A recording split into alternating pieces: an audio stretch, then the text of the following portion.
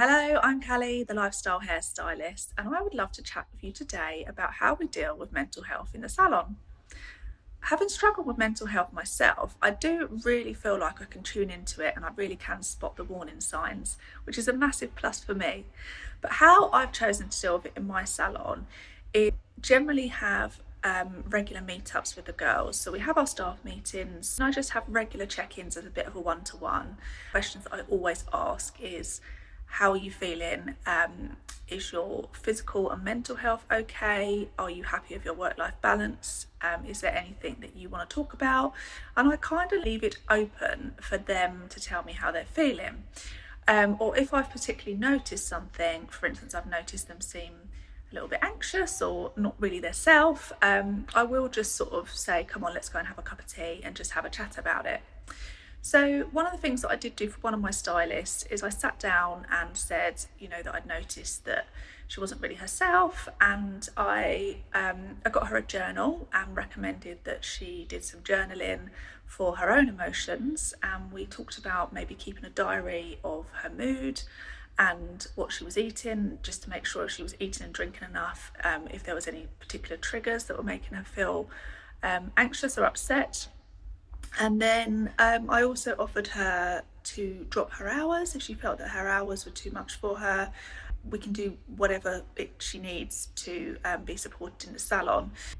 One of the things that came up is that she feels a bit overwhelmed if she runs late. And then if that happens, then she kind of spirals throughout the day. So what we did is we got a little clock that went onto her trolley so that she could constantly keep an eye on the time and see where she was. We also added an extra 15 minutes to every single service so that she didn't feel that she was under any pressure.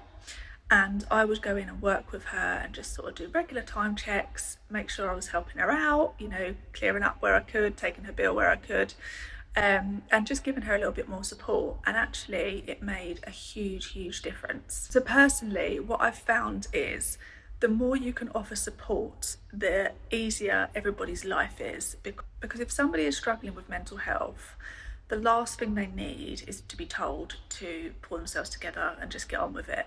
The majority of the time, they're overwhelmed and they're anxious. And the way to get around that is to say, okay, what's causing that anxiety? What can we change? So my best advice would be kind. Have a think about how you would feel if you were in that situation and just try and adapt. Adapt to help that person over the hurdles that they're going through. Recommend professional advice if you feel that they need it. They could go and visit their GP. And also there's quite a lot of advice online, so you can home into the issue that they are suffering with, for instance, anxiety, and there's lots of anxiety forums and different sort of helpful pages that they can follow online. There's always something. So thanks for listening today, and I'll see you again soon.